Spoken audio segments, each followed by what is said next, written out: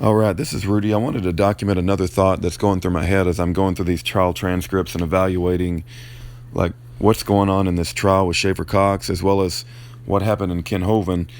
Another aspect that's overwhelming to me as I think about it is the invasion of our privacy. In Ken Hovind's trial, they were like showing Eric Hovind's private emails, if I remember correctly. And then once they get you in prison, every single phone call you make and every letter you write and probably even everything you say inside the prison and anything you write down on a notepad can be confiscated or recorded and used against you. So once you get into the prison system, you literally are, you have no privacy. And imagine Ken Hovind living in that condition for 9 years. Now, if we go to the Schaefer Cox trial, when they went into the houses of Schaefer Cox, Coleman Barney, and Lonnie Vernon, they seized notepads where personal notes had been written. They confiscated all their cell phones, and they looked at the little notepad applications on the cell phone. They put those up on trial. So this is like a personal little notepad you have on your cell phone where you make a note to yourself. Even those were exposed to the public. All the notes they wrote in their notebook, anything they had written down on paper. They even referenced the books they had in their houses. And then they send in confidential human sources with recording devices, and they record your voice and what you think is private conversations.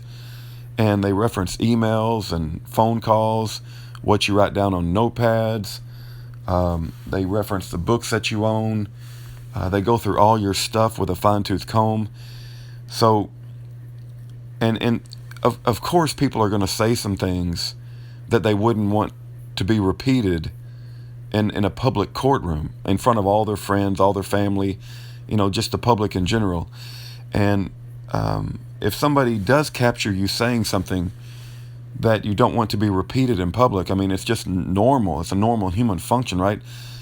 I want you to imagine that somebody followed you around with a microphone, saw every single thing you wrote down in your cell phone, monitored every book you wrote, every website you visited, every email. And the thing is, the government does that to us, right? And we're basically under a microscope all the time because they can use that against their political adversaries. And it's not to protect against domestic terrorism like they say. It's to collect data on their political adversaries and anybody that they want to suppress or put in prison. But we don't ever get to see what's happening on the government side. They're the least transparent people in our whole society. The government doesn't have any transparency. In other words, we don't know they know where we live and every email that we send and every website we visit and every person that we call, but we don't know where they live. I don't know where the judges live, and I don't know where the prosecutors live, and we're not allowed to have transparency in government. And they have all these backroom meetings, and the public doesn't know anything about what's going on, right?